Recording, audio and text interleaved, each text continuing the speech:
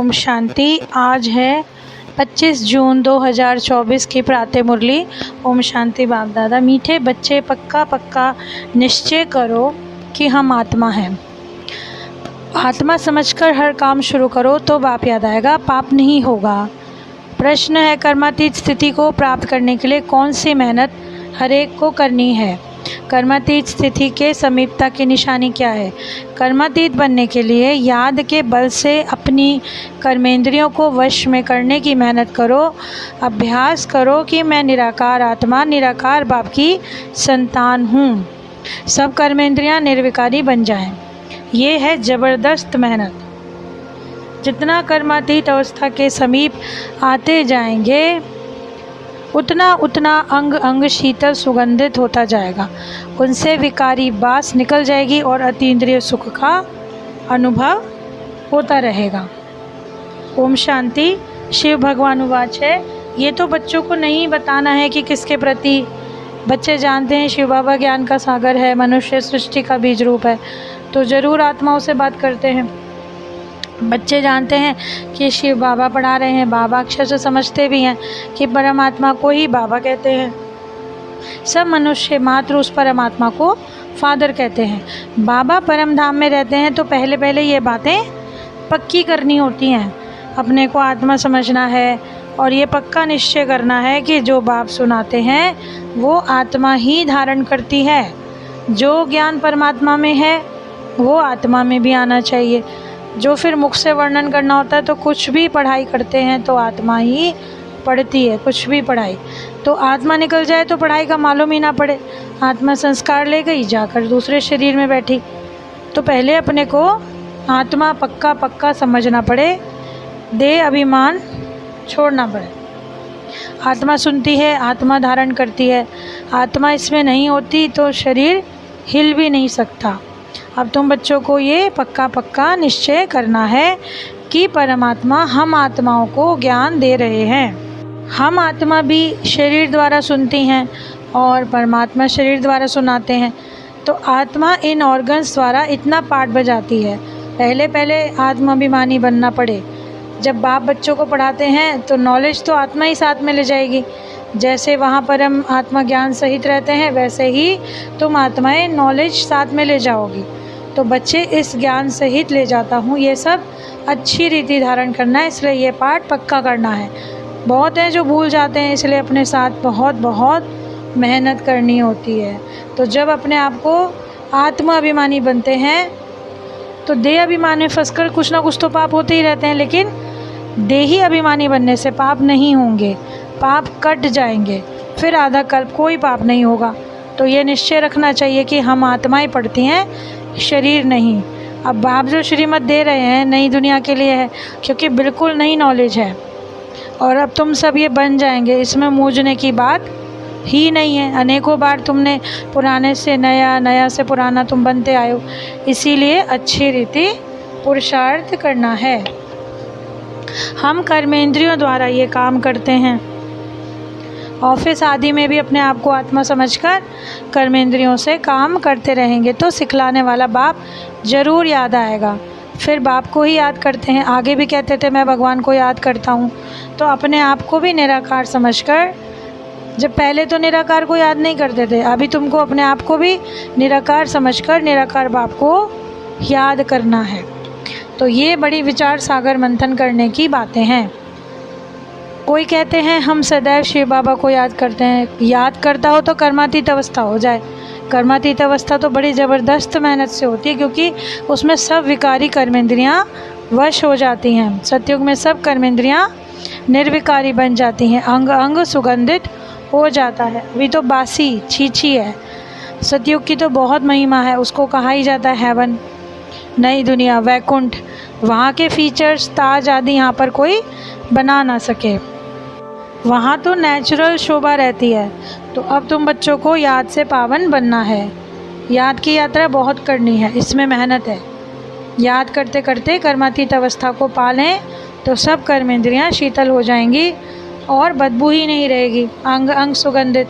अभी तो सब कर्मेंद्रियों में बदबू है। ये शरीर भी कोई काम का नहीं। तुम्हारी आत्मा जो अभी पवित्र बन रही है शरीर तो बन ना सके, ये तो तब बने जब तुमको नया शरीर मिले, अंग अंग में सुगंधित हो, जो कि देवताओं की महिमा भी है। तो बच्चों को बहुत खुशी रहनी चाहिए कि बाप जो आया है हमें पढ़ाने, खुशी का पारा चढ़ जाना चाहिए। बाबा कहते हैं मुझे याद करो तो विकर्म विनाश होंगे। क्यों? गीता के अक्षर कितने क्लियर है। बाबा ने कहा भी तो है कि जो मेरे भक्त हैं वो गीता पाठी होंगे, श्री कृष्ण के पुजारी ज़रूर होंगे। बाबा कहते हैं देवताओं के पुजारियों को सुनाना। मनुष्य शिव की पूजा करते हैं और फिर कहते हैं सर्वव्यापी, तो ग्लानि करते हुए मंदिरों में रोज़ जाते हैं। शिव के मंदिर में तो ढेर जाते हैं, बहुत ऊंची सीढ़ी चढ़कर जाते हैं ऊपर में। शिव का मंदिर ऊपर बनाया जाता है क्योंकि सीढ़ी बताते हैं, उनका ऊंचा नाम, ऊंचा ठाम है। कितना ऊपर है, बद्रीनाथ, अमरनाथ शिव के मंदिर हैं। ऊंचा चढ़ाने वाला वो तो उनका मंदिर भी ऊंचा है। तो ऊंच बाप बैठकर तुमको पढ़ाते हैं नई दुनिया के लिए। कोई नहीं जानते कि शिव बाबा आकर कैसे पढ़ाते हैं, तो बस सर्वव्यापी कह देते हैं। अभी हमारे सामने क्या है, एम ऑब्जेक्ट खड़ी है। बाप के अलावा कौन कहेगा कि तुम्हारी एम ऑब्जेक्ट है? क्योंकि बाप ही तुम बच्चों को बतलाते हैं कि तुम कथा भी श्री सत्यनारायण की सुनते हो, ऊंचे बाप द्वारा। ये बहुत बड़ी से बड़ी कहानी सुनाते हैं। ये कहानी तुमको बहुत ऊंचा बनाने वाली है, तो सदैव याद रखना चाहिए कि बहुतों को सुनाना है। 5000 वर्ष पहले भारत ही था जिसमें देवताएं राज्य करते थे।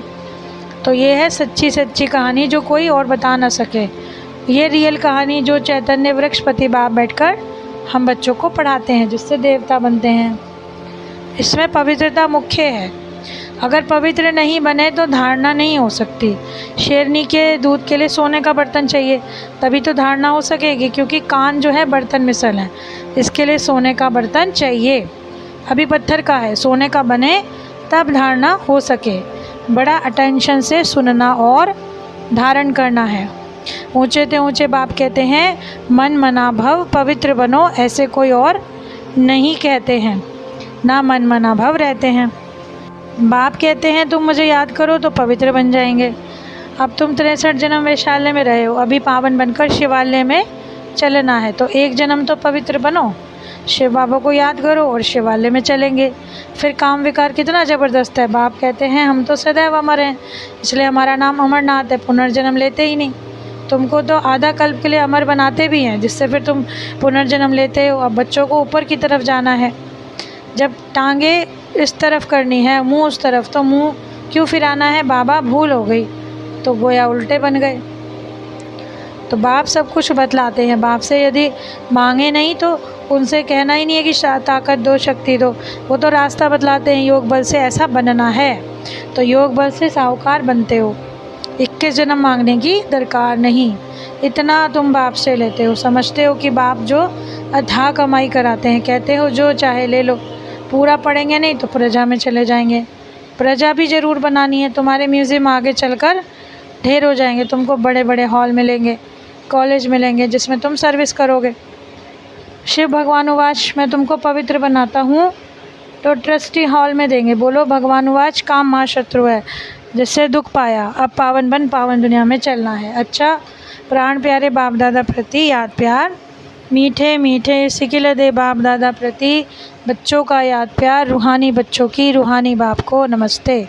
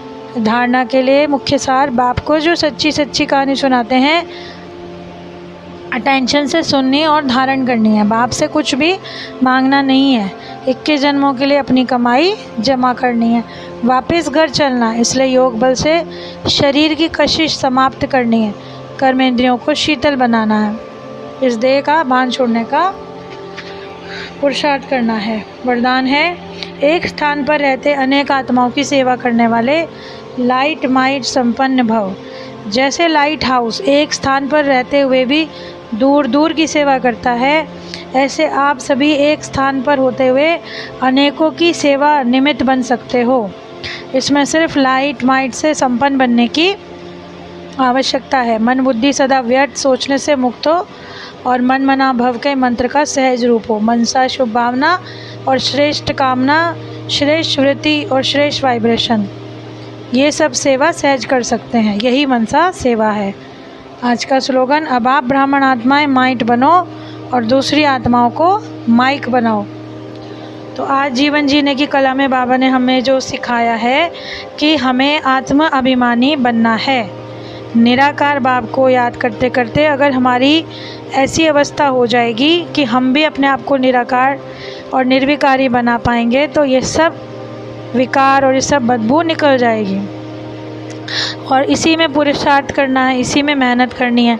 तो बाबा ने कहा, देवता पद पाने के लिए तुमको अपने आप को आत्माभिमानी बनकर और ऐसा बनाना है जो लक्ष्मी नारायण के राज्य में चलने लायक बन सको। और सबसे मेन बात, बाबा से कुछ भी मांगना नहीं है, क्योंकि बाबा ने तो सब कुछ बच्चों को अपना दे ही दिया है। बस हमें क्या करना है, शुभ भावना से अपनी और अन्य आत्माओं की सेवा करनी है। तो आज की इतनी सुंदर मुरली के लिए बाबा का पद्मा पदम शुक्रिया। ओम शांति।